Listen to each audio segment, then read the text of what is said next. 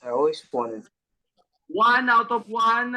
It's 38 days before Christmas. Greeting to all. This is Gab Perros from Sports Corner PH, and we have some of our Philippine delegates who were represented the country in the past World Skate Games na ginanap just about a week ago dyan po sa Argentina. And we have with them, so ipapakilala po namin sa inyo from Surigao, si Rydelle Abarico. I will tell. Hello po. And of course, ating pambato from Calamba, Laguna, Tom Romualdez. What's up, guys? Kamusta? Thank you so much for inviting us for this interview. And No problem, man. talakayan natin because nagkaroon lang tayo ng delays nga. Alam ko, nagpe-prepare pa kayo for the World Skate Games. Pero pinibigyan nyo pa rin kayo na mapag-interview kayo dito sa Sports Corner PH. So first of all, congratulations, although di kayo napalad dito sa inyong showing sa WSG. But kamusta na po kayo ngayon? I know it's a long flight going back to the country. Meron ba kayo jet lag ngayon? Yan, tuloy mo, Rydelle. Safe lang po kasi natulog lang kami sa flight. Pero yung papunta, may jet lag, pero pabalik wala. Kasi natulog lang kami. Natulog lang. Pero at Okay least, naman. At least you have been rested and recharged kahit pa paano, Tom. Sumabak ko Yes. Kanina nag-skate na nga uli kami. Back to training na kaagad. Ayun. So, what Yeah. games? It's actually a multi-sport games for sports na may kinalaman sa roller or sa skate. It is usually ginaganap 4 years. 4 years is cycle. 2 years. Every 2 years. O 2 years na pala. Kala ko 4 years kasi yan yung sa Olympics. No? We're supposed to some of the street skateboarders na kasama mo sa delegation like si Margin Vidal, but unfortunately could not go because of her injury. Pero gumagaling. Oh. Yeah, we visited her nga in Brazil. We actually dropped by Brazil and we visited her. Okay naman siya. So she's just really recovering and then she'll be back representing the country in no time. Sigurado ako, babawi nga si Margie from that injury. Pati kami nga, kailangan kami bumawi. We qualified naman. Si Rydelle actually yung top finisher namin dun sa World Skate Games under the downhill skateboarding discipline. So, yeah, we learned a lot on this trip, that there's a lot to, adjust and a lot to tweak so that we can be up there. But we definitely have the speed to compete with the biggest countries. Okay, so take us an overview itong SG kasi alam natin it is for skate and roller sports. What is the overview of this? Ito ba yung unang participation ninyo for WSG sa history nyo? Opo, ito po yung first na sumali kami sa World Skate Games, and actually this is that was my first big international competition din. Okay. So, pero si Kuya Tom. Yeah, so for Rydelle, it was our first international competition, first big one. For me, I went to World Skate Games in Spain 2019, and then I've competed abroad multiple times na din. So I have more experience on the international circuit. So bukod sa inyo, meron din kayong apat na kasama na nandun si Aime Delange, si Duque Pandeagua, and Sebastian Chanco. Actually, nandito yung dalawa ngayon kasama. Yo, Chanco, say hi to this interview. Okay, Hindi natin konti si Sebastian. Pero Sebastian, halika, say hi to the... Hey, what's up, guys? Yan, ito, magaling Hi, Sebastian. Hey, bro, what's up? Tsaka si Duke Pandiagua, fastest qualifier. Yes, sa men's. Where's Duke? Wait lang, Speaking of, in the back. Mamaya, dadating din yun. So any other questions for the team? Okay. Downhill skateboarding and sport kasi nakikita natin sa mga videos, sa mga practices, medyo adrenaline at fun to watch itong mga downhill skateboarders. Siguro, we have some highlights and difference between downhill and the usual skateboarding sa street. Ginagamitan ata to ng special roller skates ba? Or usually it is all on the mountainous road. Kaya minsan medyo sasabihin natin, risky and dangerous. Lalo na pag sasakyan ka na lapit. I like to ask na, what was the difference between downhill and the usual skateboard? Go, Chang. Well, our trucks is designed differently. That's a start, and our wheels are a lot bigger.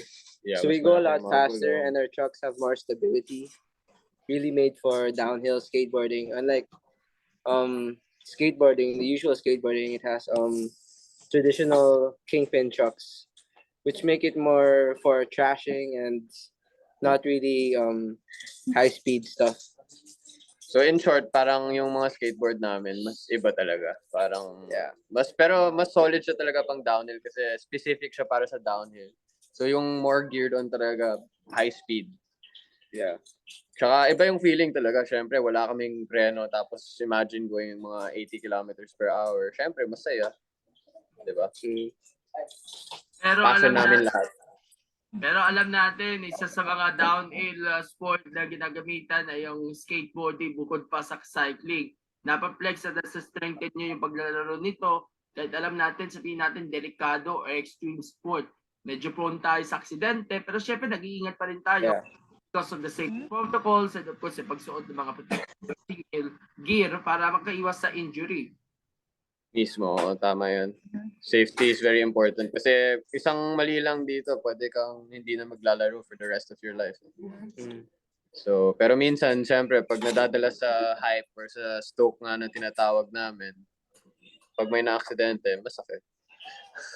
Pero, always wear your gears. Yeah, gears. Helmet, pinaka-important. Gloves, helmet. Yeah.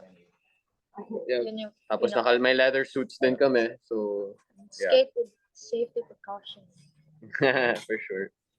So Very all different from it's very different from skateboarding because we wear helmets and gloves. Aerodynamics. Unlike skateboarding, they don't really wear helmets, right? The street skateboarding, like Marcelin did out. Yeah. And racing, it's Yeah. different also. Kasi we use suit.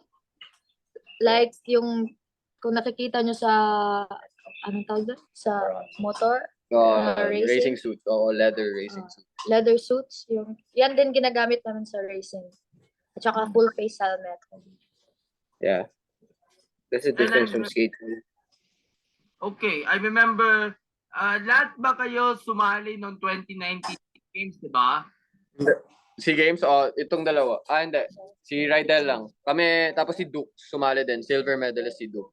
Ako, hindi ako naglaro sa SEA Games. Okay. Pero alam ko si Jaime Delage yung nag-gold, di ba? Jaime tsaka si Duke, oo. Okay, this is actually the best moment that ever had itong 2019 SEA Games.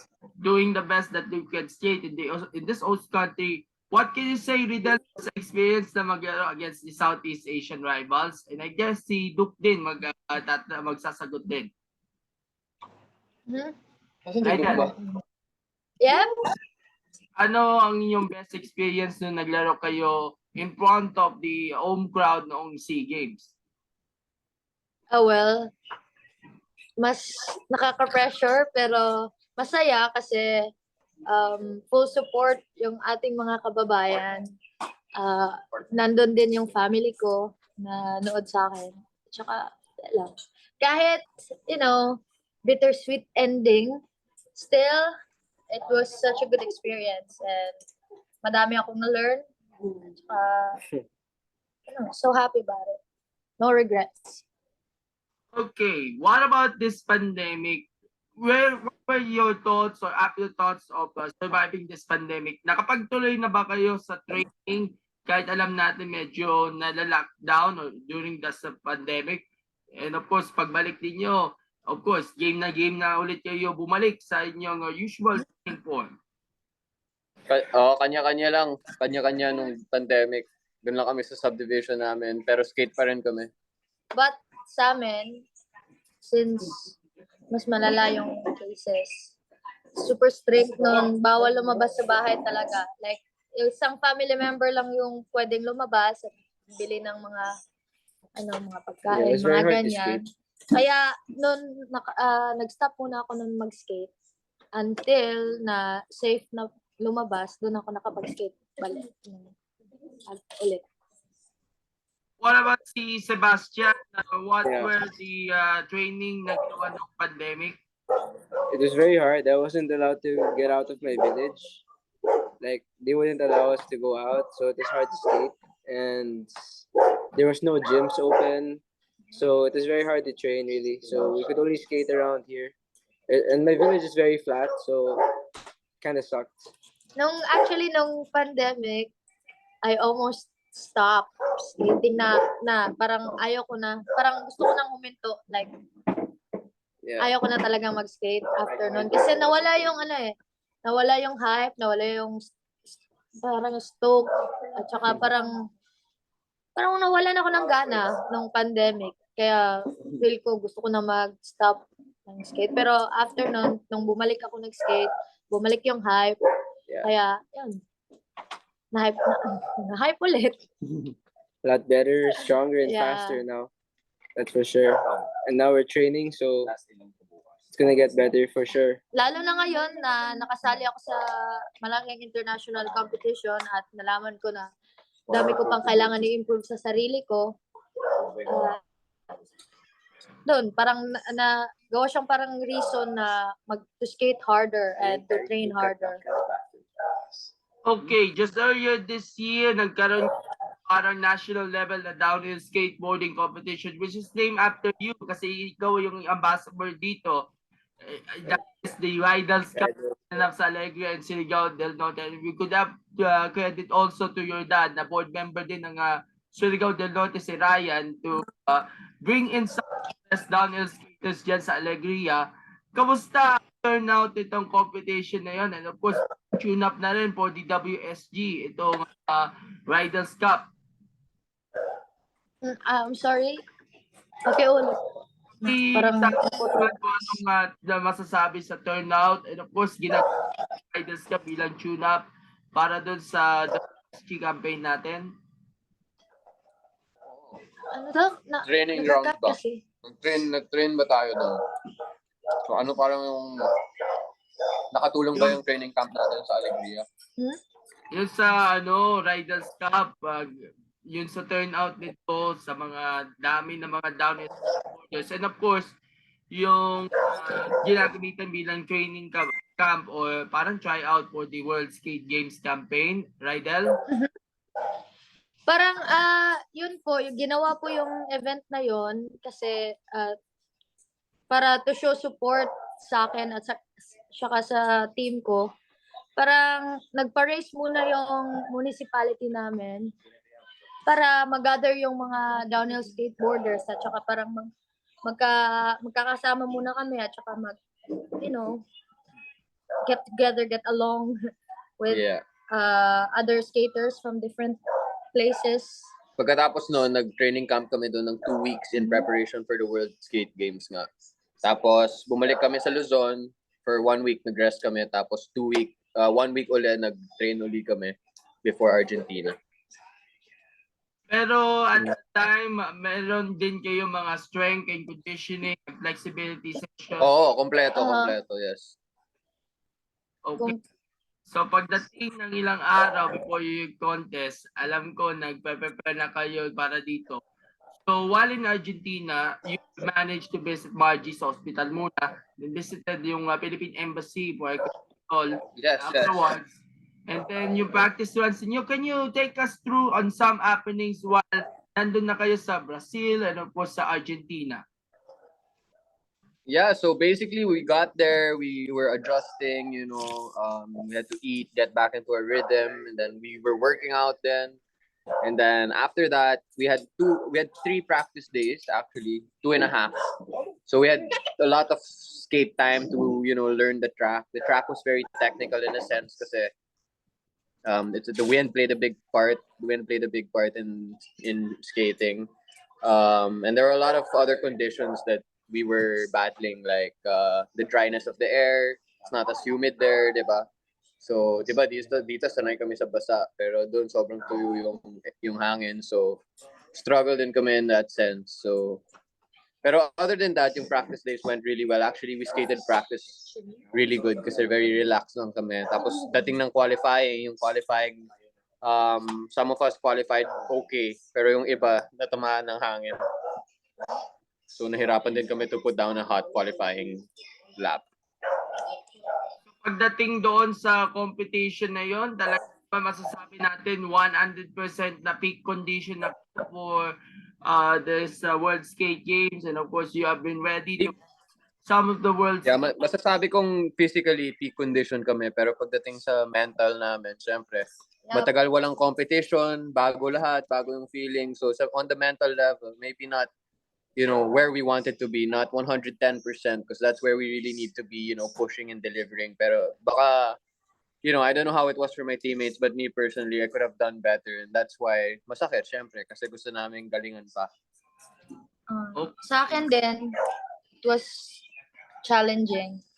Kasi yung racetrack, parang may mahaba na straight doon eh. Sa last turn, before mag-finish line, may mahaba na.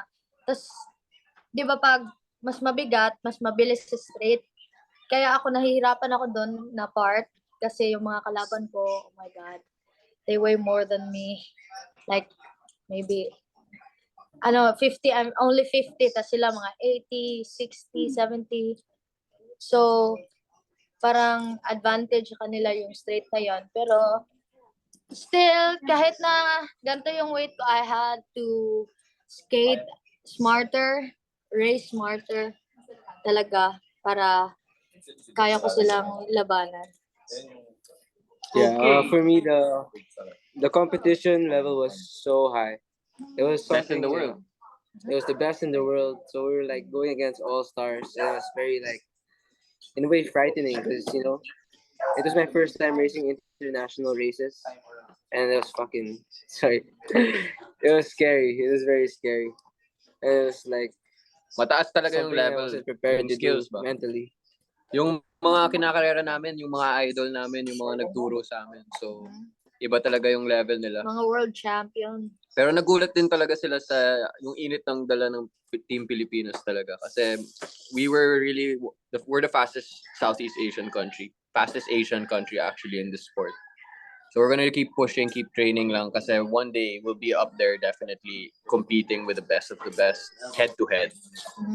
Ako nga din, nung practice runs, palagi akong natumba, like many times akong natumba kasi di ko makuha yung linya na pinapasunod sa akin ng coach namin na si Harry Clark from Australia. Oo. Who actually made it to the semifinals in the final round. So in the men's, we qualified for the final 64-man bracket, but we didn't. I didn't pass round 1 kasi I made a mistake. Chanko naman, Sebastian, he fell kasi yung nasa heat niya na sa round 1, nanalo ng third. So sobrang lakas Team USA. So the qualifying kasi plays a big part for race day kasi after you qualify, you're seeded into your heats based on your time. So kung nahirapan ka sa qualifying maggawa ng fast time, mahihirapan yung mga heats mo. So everything needs to add up talaga. Rydelle, we want to add, alam ko, umabot ka hanggang sa semifinals, which is considered as the best finish that you have in the recent competition. Hindi din naging madali yung nakaabot ako ng semis kasi, mahirap yung mga kalaban. They have more experience. Tapos parang mas alam nila yung mga diskarte at saka ako, nag-learn pa ako doon. Kaya bago nag-start yung race, tinanong ko talaga yung mga pro, yung mga marunong talaga parang experiencado yung coach ko, yung ibang riders, tinatanong ko sila kung anong dapat gawin pag papasok ka ng ganito, pag gantong situation. Parang, yun nga, parang dami kong kinokollect na data para lamang kaya ko silang parang makipag-compete sa kanila kasi bago pa ako dun sa first ko pa yung international race na yun, kaya dami ko pang hindi alam. Kaya yun, diskarte ko din, tinatanong ko yung mga riders, binasa ko talaga yung racetrack with the help of my teammates din, tinulungan nila ako. But considering all that, she's still 4th fastest in the world. So that Third, actually. Third? Wow, correction. So 3rd fastest in the world.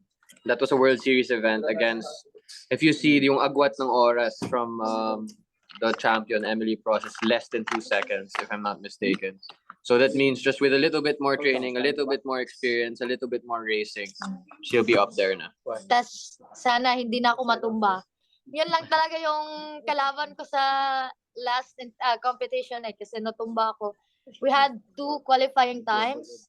At No time. yung time trial, yung first ko, yun lang yung parang safe na run kasi nung second try ko natumba ako sa last corner.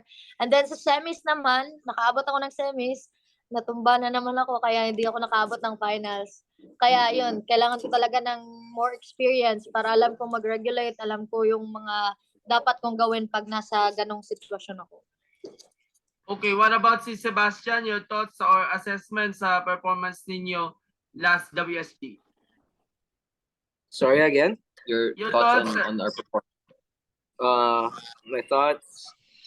Well, I messed it up real bad because I fell in my heat and I want to do better, so I'm gonna train harder, sand it more, and keep on going. I didn't do well, so I didn't do so well, so I want to do way better next time. Okay, Yeah. I'd like to ask Sebastian and Rydelle na mismo kasi naglaro kayo noong 2019. What can you say na kahit papaano, what are the improvements right now sa inyong condition compared to the last one you have shown in 2019? Talagang binuhos sa lahat ng pagsisika para makuha ninyo yung time and to represent the motherland and to be competed as fast as they can against the world's best. Alam natin, no medals to earn. Great experience at exposure talaga ang inaabol at ini-aim natin. Can you tell us about your pinagbago ng inyong kondisyon compared to 2019? Okay. So, nung 2019, since that year lang din ako nag-start mag-skate, parang wala pa ako masyadong experience, madami pa akong di alam. Pero I'm still thankful na nangyari yung pandemic kasi binigyan ako ng time para makapag-train more bago yung World Skate Games. So, kaya nag-train ako, nag-skate pa ako ng sagad, tsaka yun, parang kasi sa sport na to, hindi mo makukuha yung sport talaga, hindi mo mababasa, paano sabihin na? Parang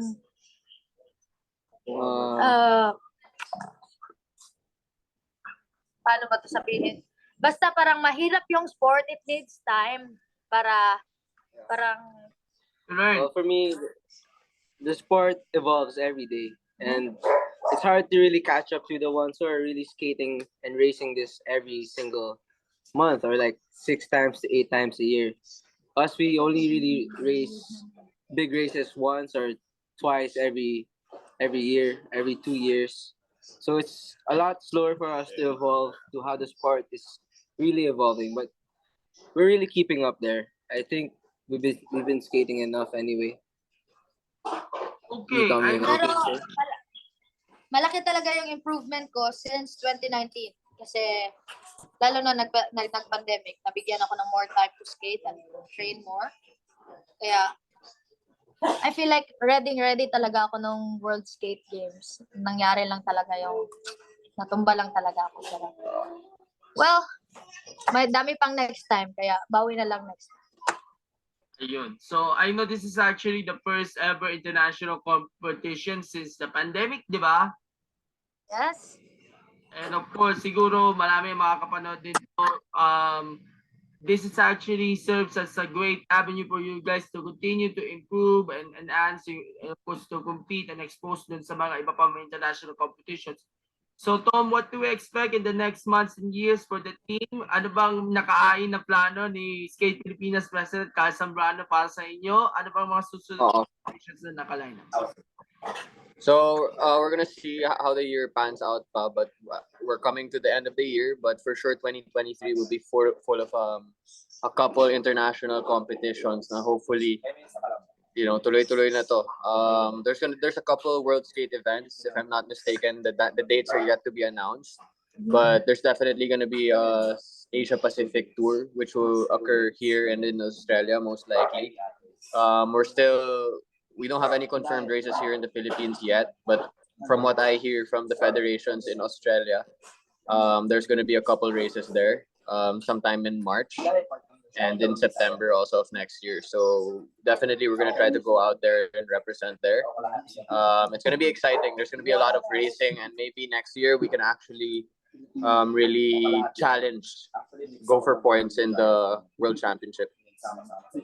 Okay, last question before we end. For all those who have watched it right now, and of course yung mga skaters natin out there, siguro yung inspirational message para sa kanila, and even the fellow on downhill skaters who wishes to be part of the Team Sunday. At malay natin, baka makaanap tayo ng bagong discovery mula dito sa downhill skateboarding. Your inspirational message and your, of course, motivation para sa inyo.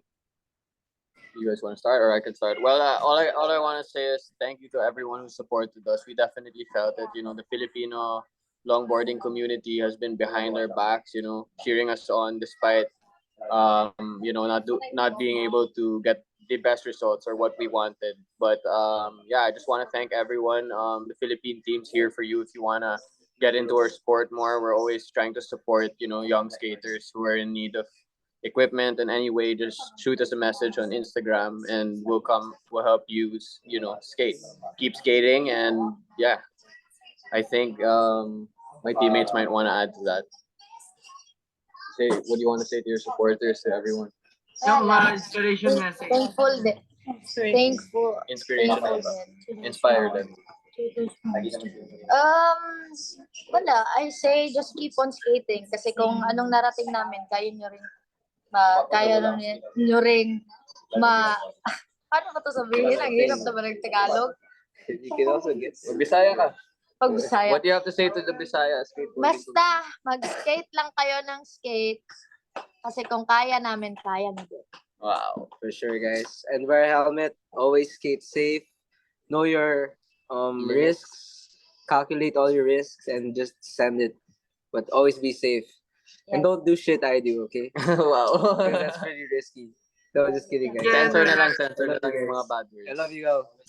Thank you. Delete it. So again, we'd like to thank Rydelle, Sebastian, and Tom for joining us. This is actually the first of many interview you. Baka pwede nating i-highlight si Rydelle sa susunod nating interview at gusto natin talakayin yung Yes. niya ng downhill skateboarding sa inyo. Basta i-message niyo ako sa Messenger, ha? Naka-add naman ang account Alright. ko. I-send ko na lang sa inyo. Bro. Alright. Bigyan ko ng closing remarks. Photo po na tayo. So thumbs up and smile, everyone. Okay. 1, 2, 3. Okay. Siguro in behalf of a Philippine skateboarding team, your final remarks and of course, pasasalamat din sa ating mga supporters. Yep, for sure. Thanks everyone. Thank you, Thank you. Gab, for having us. I really appreciate it. I know it's hard to schedule with us. We've been really busy. But yeah, just want to say thank you to everyone and keep at it. Peace. And again, I would like to thank everyone for joining us today. And sana, pag may competition nga, i-message nyo na lang ako. At of course, magbibigay. O pag may nakalimutan pala yung mga sponsors ninyo, yung About This, Skate Philippines, sa POC. You want to mention? Yeah, for sure. Yeah, we have for sure the POC and the PSC. Thank you so much, Skate Pilipinas, for Avoid this power. Avoid this power. I have a couple more sponsors. The Rail PH, Vans Philippines helped me get out there. Katinko, and Nix Philippines. Nix.global pala. Malaking pasasalamat din sa Municipality of Alegria for helping us train. At saka kay Governor Lyndon Barbers sa support niya sa akin, kay Mayor Esma, at saka especially sa dad ko, SP Ryan Habarico. Thank you so much. At saka sa mga supporters ko from Alegria, thank you so much, guys. Rydelle, baka pwede namin magsabi ng konting Bisaya para sa ating mga viewers, yung thank you message na rin. Bisaya, sige, okay. Kana, kaysa yun na. Bitaw, hi sa mga Bisaya. Salamat kayo sa suporta ninyo. Though, kanang nainahitabo sa competition, pero at least you're still grateful. Gabi yung full support na kita na ko sa inyong mga messages o sa inyong mga posts sa social media. And ako kay kong pasalamat na wala pa ko ka-post og mga reply sa inyong mga messages o mga post. I'm busy, pero sa kini nga paagi sa kini nga interview, thank you so much for your support. I appreciate it. Dagang salamat, Rydelle. And again, Tom, thank you so much. Sebastian, thank you so much. Thank you. Forward to our next interview. Bye. Thank you. Bye. Thank you.